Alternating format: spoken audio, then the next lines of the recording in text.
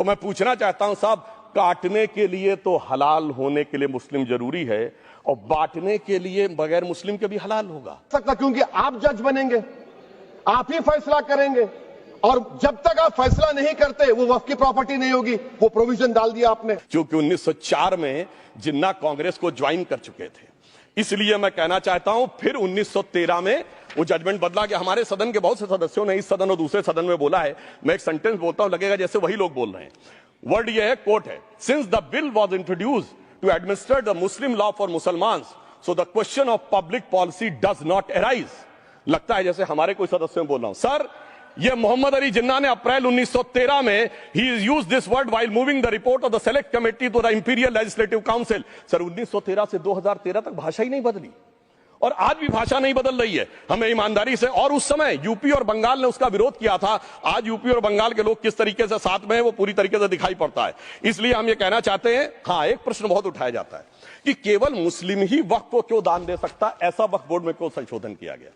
मैं ईमानदारी से कहना चाहता हूं, ऐसा नहीं कि मैं इस्लामिक मामलों का बहुत बड़ा आलिम फाजिल जानकार हूं, मगर इस्लाम में बहुत साफ मान्यता है कि जो गैर मुस्लिम है उसकी इबादत अल्लाह कबूल नहीं कर सकते, उसकी दुआ कबूल नहीं होगी तो दान कैसे कबूल होगा। साहब, हम इस्लामिक भावना का सम्मान कर रहे हैं। हमारे अल्पसंख्यक मंत्री गए थे तो वो मदीना में एक डेफिनेट लेवल तक जा सकते, उसके आगे नहीं जा सकते। अगर इबादत की इजाजत नहीं है तो साहब जायदाद की इजाजत कैसे हो सकती है। मुस्लिम भावना का सम्मान है, और अगर है तो कोई मुल्ला मौलवी मुफ्ती मुकर्रम बारी आज आके बता दे कि कबूल हो सकती है दुआ, तो हम दान भी कबूल करने के लिए तैयार हैं। और तो और छोड़िए साहब, जब आप कहते हैं कि हर चीज हलाल होनी चाहिए, तो साहब हलाल करने की प्रक्रिया नहीं, हलाल करने वाला भी मुस्लिम होना चाहिए, तब वो हलाल होता था। तो मैं पूछना चाहता हूं साहब, काटने के लिए तो हलाल होने के लिए मुस्लिम जरूरी है और बांटने के लिए बगैर मुस्लिम के भी हलाल होगा, ऐसा तो नहीं हो सकता। तो जो हमारी सरकार ने किया है वो मुस्लिम भावना के सम्मान के लिए किया है। और जहां तक मैं कहना चाहूंगा, हिंदू समाज के बारे में बात करते हैं, हमारे यहां कोई प्रॉब्लम नहीं है।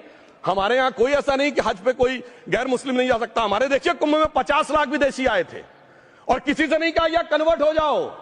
इसलिए मैं कहना चाहता हूं, हिंदुइज्म की धारणा और बाकी धारणा का जो तुलना करने का प्रयास करते हैं वो बहुत उचित नहीं है। मगर सभापति महोदय, इस वक्त में कई अद्भुत नजारे दिखाए। इस्लाम में जो काफिर से ज्यादा मुशरिक और शिर्क को बुरा माना गया, नहीं जो भगवान को माने ही नहीं। यहां देखिए वो लेफ्ट के लोग जो कहते धर्म एक अफीम है, वो आज खुदाई खिदमतगार बन के खड़े हो गए। सोचिए कैसा बदलाव आया है। और सर, मुझे एक और चीज नजर आती है। एक पुराना गीत था, वक्त ने किया क्या हसी सितम। तो आज मैं कहना चाहूंगा, वक्त ने किया क्या हसी सितम कि मुस्लिम लीग और शिवसेना मिलके हो गए हम।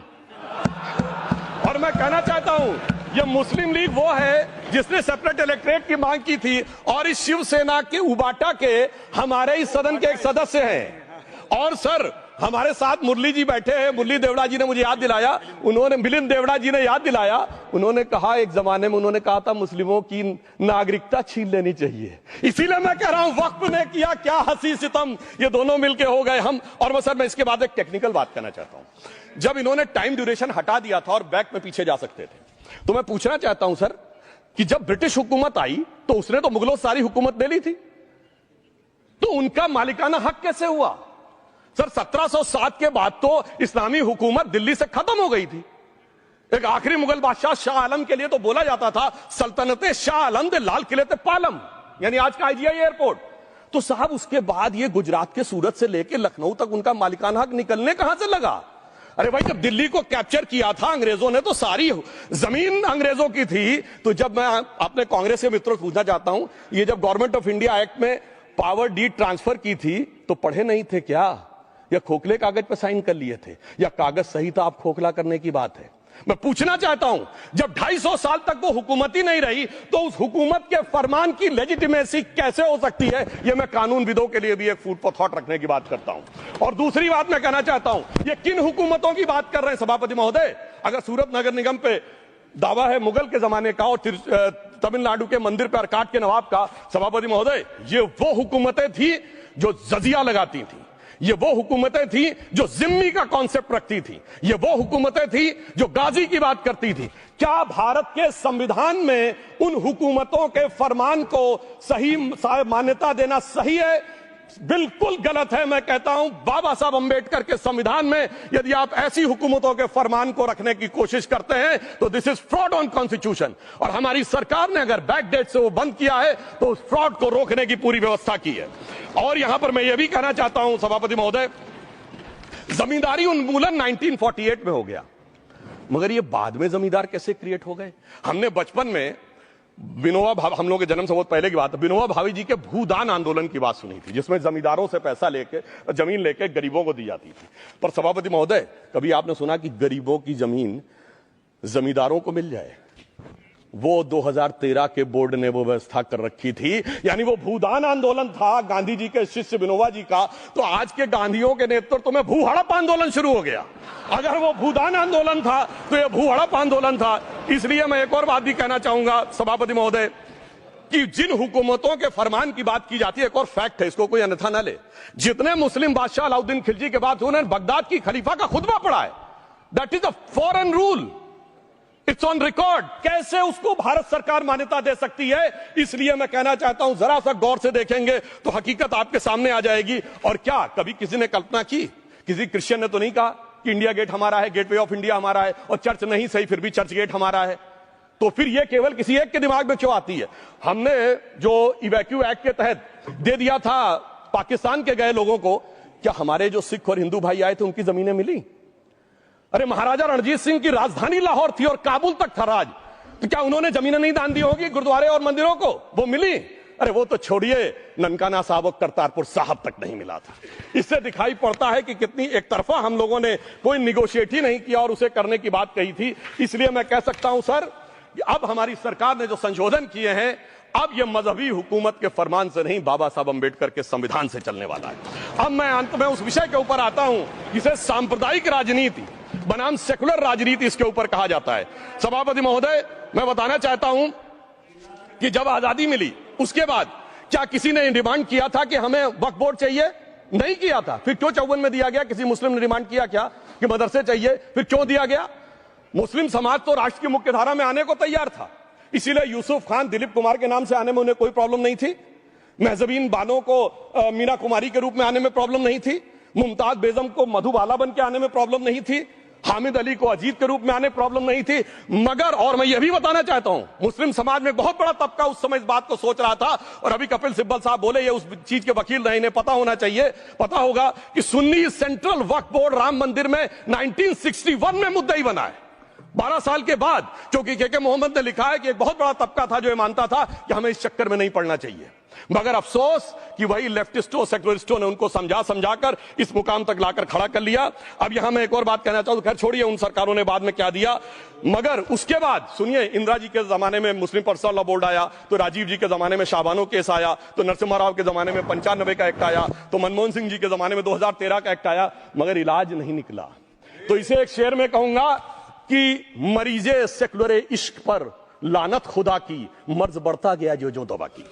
अब मैं सभापति महोदय एक और बात कहना चाहता हूं, शुरू के 20-25 साल में मुस्लिम समाज के बारे में मैं कहना चाहता हूं। आज जब आजादी मिली तो मुस्लिम समाज के प्रतीक कौन थे?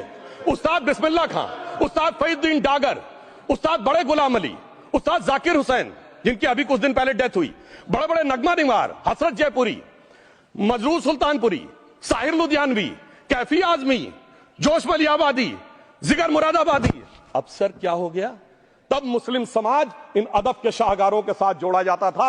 आज मुस्लिम समाज का नेतृत्व किन लोगों के साथ जोड़ता है? इशरत जहां, याकूब मेनन, मुख्तार अंसारी, अतीक अहमद, दाऊद इब्राहिम।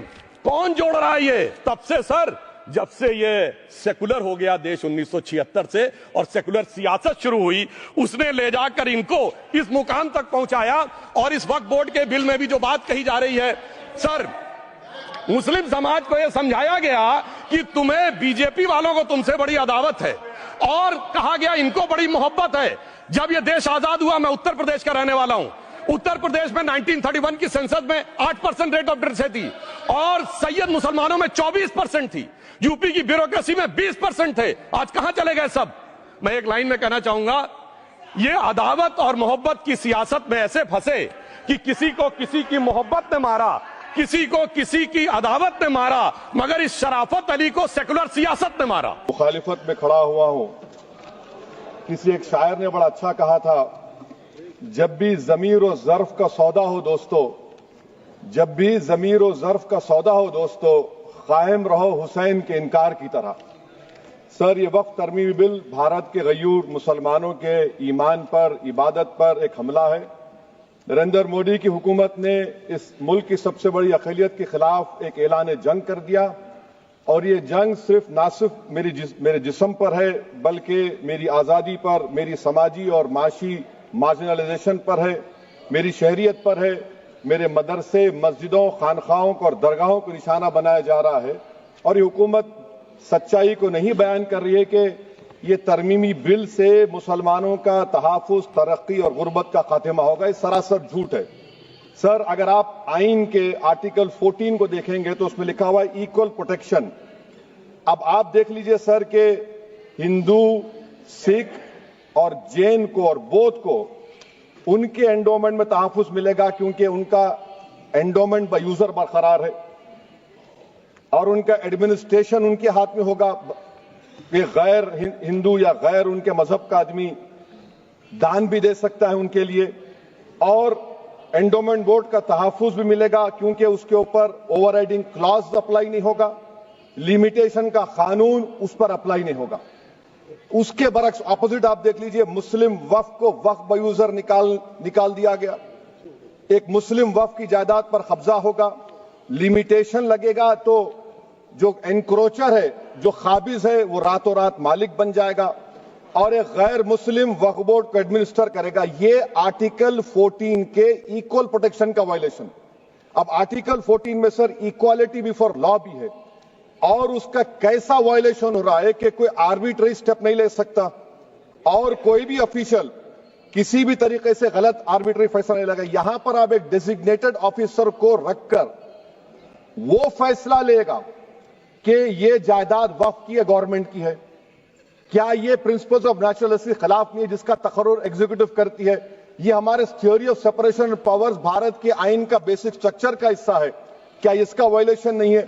सर, आर्टिकल 25 का वायलेशन कैसे है कि आप मुसलमानों से वक्फ बाय यूजर छीन रहे हैं और फिर आप कर्ब कर रहे हैं वक्फ वाल औलाद को, मगर वहीं पर दूसरे धर्म के मानने वालों को उनके मजहब पर चलने की पूरी इजाजत है। लफ्ज जो आर्टिकल 25 में इस्तेमाल हुआ सर, वो इक्वली एंटाइटल्ड, यहां पर मुसलमानों के इक्वल एंटाइटल्ड नहीं हो रहा। अभी हम गृह मंत्री का, वजीर दाखिला का यहां पर उनका हमने तकरीर सुनी, यहां पर वो ये कहते हैं, वजीर दाखिला, शायद वो कटमुल्ला की जबान ना कह दें, वजीर दाखिला कहने पर वजीर दाखिला ने अपने बयान में कहा कि बोर्ड और काउंसिल जो होगा वो माने वक्फ इस्लाम से अलग है। सर, अगर ये बात सच है आपकी, तो फिर आपको यह कानून बनाने की जरूरत ही नहीं है। आप एक नॉन स्टैट्यूटरी बॉडी बना दीजिए। ये जो कानून बन रहा है ना सर, ये आर्टिकल 26 इसका सोर्स है, और आर्टिकल 26 जब इसका सोर्स है तो आर्टिकल 26 का ABCD क्या कहता है कि रिलीजियस डिनोमिनेशन को अपने मजहब के अफेयर्स खुद चलाना, मूवेबल इमूवेबल प्रॉपर्टी को लेना और एडमिनिस्टर करना। जब हिंदू धर्म को, बौद्ध धर्म को, सिखों को यह राइट दिया गया है, तो आप कैसे मुसलमानों से छीन रहे हैं? तो ये आर्टिकल 26 का ग्रेव वायलेशन है। तो सर, अब वक्फ बाय यूजर का मामला देखिए, मिनिस्टर साहब ने कहा कि एंक्रोचमेंट हो रहा है, 17,000 एंक्रोचमेंट हुए हैं। तो यही नरेंद्र मोदी की हुकूमत ने 2014 में उस वक्त के मंत्री ने एक वक्फ properties eviction of unauthorised occupants bill को इंट्रोड्यूस किया। आपने विड्रॉ कर लिया 2024 में उसको। क्यों विड्रॉ किया सर आपने? जब आप मान रहे थे कि एंक्रोचमेंट हो रहा है तो आपने बिल को विड्रॉ कर लिया। अच्छा सर, अब वक्फ बाय यूजर को आपने निकाल दिया, माने कंडीशन क्या लगाए कि अगर उसमें डिस्प्यूट होगा और गवर्नमेंट प्रॉपर्टी होगी। सर, डिस्प्यूट तो है। मिसाल के तौर पर मोहिबुल्लाह साहब जिस मस्जिद के इमाम है, पार्लियामेंट के सामने मस्जिद है सर, 123 प्रॉपर्टीज में मस्जिद है, डिस्प्यूट चल रहा है। कल कलेक्टर या डिस्ट्रिक्ट ऑफिसर बोलेगा कि भाई साहब ये गवर्नमेंट प्रॉपर्टी है, स्टिकर लगा दिया जाएगा, मस्जिद बंद, गवर्नमेंट प्रॉपर्टी हो गई, होगी ना सर? अब ये बताइए, आप जब से यहां पर पूरे बीजेपी रूलिंग पार्टी हमको ज्ञान दे रहे हैं कुछ नहीं होगा, कुछ नहीं होगा, मैं दलील के साथ बता रहा हूं आपको। ये मस्जिद दिल्ली गवर्नमेंट बोलती हमारी है, वक्फ दिल्ली वक्फ बोलता हमारी है। तो सर वक्फ बाय यूजर, अगर मैं अपनी गवर्नमेंट के खिलाफ वक्फ बोर्ड वक्फ बाय यूजर इस्तेमाल नहीं करेगा तो क्या है सर? अच्छा, ये अमेंडमेंट जब हो जाएगा तो मुझे कहने दीजिए सर, सिर्फ प्राचीन मंदिरों की इबादत होगी, मस्जिदों की नहीं होगी। अब सर आप आ जाइए, अगर डिस्प्यूट मेरा एंशिएंट मॉन्यूमेंट से वक्फ का, एक मिसाल दे रहा हूं, दिल्ली में 172 वक्फ प्रॉपर्टीज एएसआई कंट्रोल में है। मैं तो हार ही गया वो, क्योंकि मेरे पास डॉक्यूमेंट नहीं है। आप कह रहे हैं कि डॉक्यूमेंट चढ़ाओ। अगर मेरा गवर्नमेंट से डिस्प्यूट चल रहा है, मैं तो क्लेम ही नहीं कर सकता, क्योंकि आप जज बनेंगे, आप ही फैसला करेंगे, और जब तक आप फैसला नहीं करते वो वक्फ की प्रॉपर्टी नहीं होगी। वो प्रोविजन डाल दिया आपने।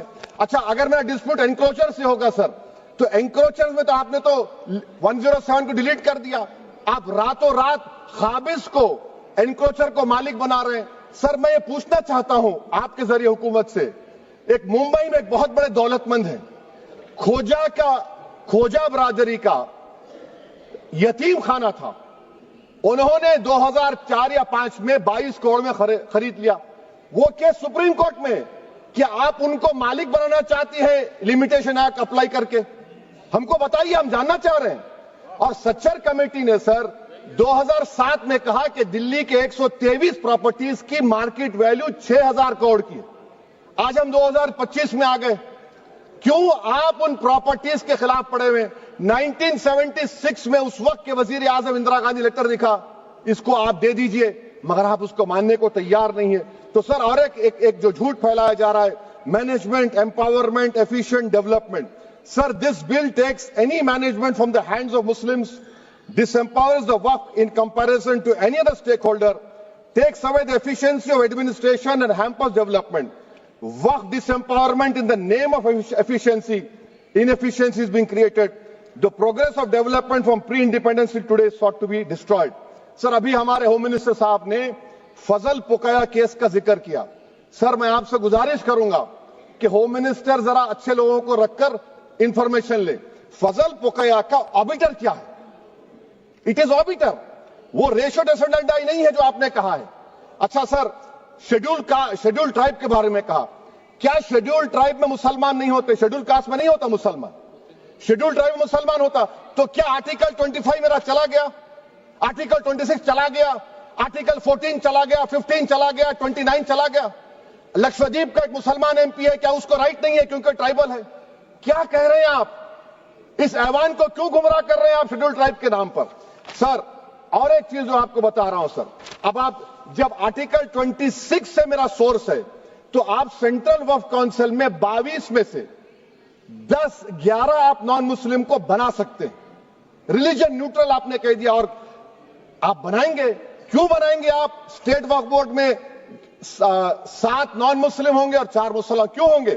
क्योंकि आप लॉ में 95 में डायरेक्ट मैनेजमेंट में ले सकते हैं 5 साल के लिए। आप वक्फ बाय यूजर को आप कलेक्टर डिस्ट्रिक्ट ऑफिसर बोलेगा ये वक्फ की प्रॉपर्टी नहीं है, तो वो वक्फ बोर्ड खामोश बैठ जाएगा, कुछ एक्शन ही नहीं लेगा, क्योंकि वो आपके प्यादे हैं। अच्छा, जब आप नॉमिनेट करेंगे सर मैं मोदी गवर्नमेंट के खिलाफ नो कॉन्फिडेंस ला सकता हूं, मगर वक्फ बोर्ड का चेयरमैन जो नॉमिनेट होगा उसके खिलाफ नो कॉन्फिडेंस नहीं ला सकते, हम बिल्कुल नहीं ला सकते। क्या मजाक है बताइए आप? ये डेमोक्रेसी है? नॉमिनेट भी स्टेट गवर्नमेंट करेगी, वो अगर डिक्टेटर बन जाएगा जैसा आज भारत में हो रहा है, तो वो भी नहीं हटेगा। कम से कम यहां पर तो इलेक्शन है, वहां पर तो आप 5 साल झेलते रहो उसको। अच्छा सर, अब ये जो क्लॉज 11 और क्लॉज 9 आप 16AA से देखिए, where the qualification of the members of the board has been limited only to 3 categories contained in 14(1)(c. Intention is very clear that the majority is to be packed with non-Muslims. So who will defend my interests, sir? If I cannot depend on the state waqf board, central waqf council, which are going to comprise non-Muslims, this in itself is a clear violation of Article 26, 14 and 15, sir. अच्छा sir, CO पहले 95 act में था कि word मुस्लिम, आपने गायब कर दिया उसको। अरे आखिर क्यों इतनी नफरत है आपके लफ्ज मुसलमान से? अच्छा फिर क्या कह रहे हैं आप कि ये भी आर्टिकल 26 का वायलेशन है? सब जितने हिंदू धर्म के प्रॉपर्टीज है, सिख धर्म के हैं, बौद्ध के हैं और आपके जैन के, वहां पर उन्हीं के मजहब का ऑफिसर होगा, और कहां पर नहीं होगा? वक्फ बोर्ड में। वक्फ board is a pure religious institution, इसको समझने की जरूरत है। तो आप ये कर दे रहे हैं सर। अच्छा सर, आप देखिए, अब आप आ जाइए ये ट्राइब्यूनल पर। मुझे समझ में नहीं आया सर कि हमारे होम मिनिस्टर वजीर दाखिला ने क्या कह दिया कि 2013 का जो कानून है वो नहीं बनता तो हम नहीं लेके आते। मैं बड़े अदब के साथ उनसे पूछना चाह रहा हूं कि क्या उस वक्त राजनाथ सिंह साहब, अडवाणी साहब, हमारी लेट सुषमा स्वराज, ये बड़े बड़े नेता यहां बैठे थे?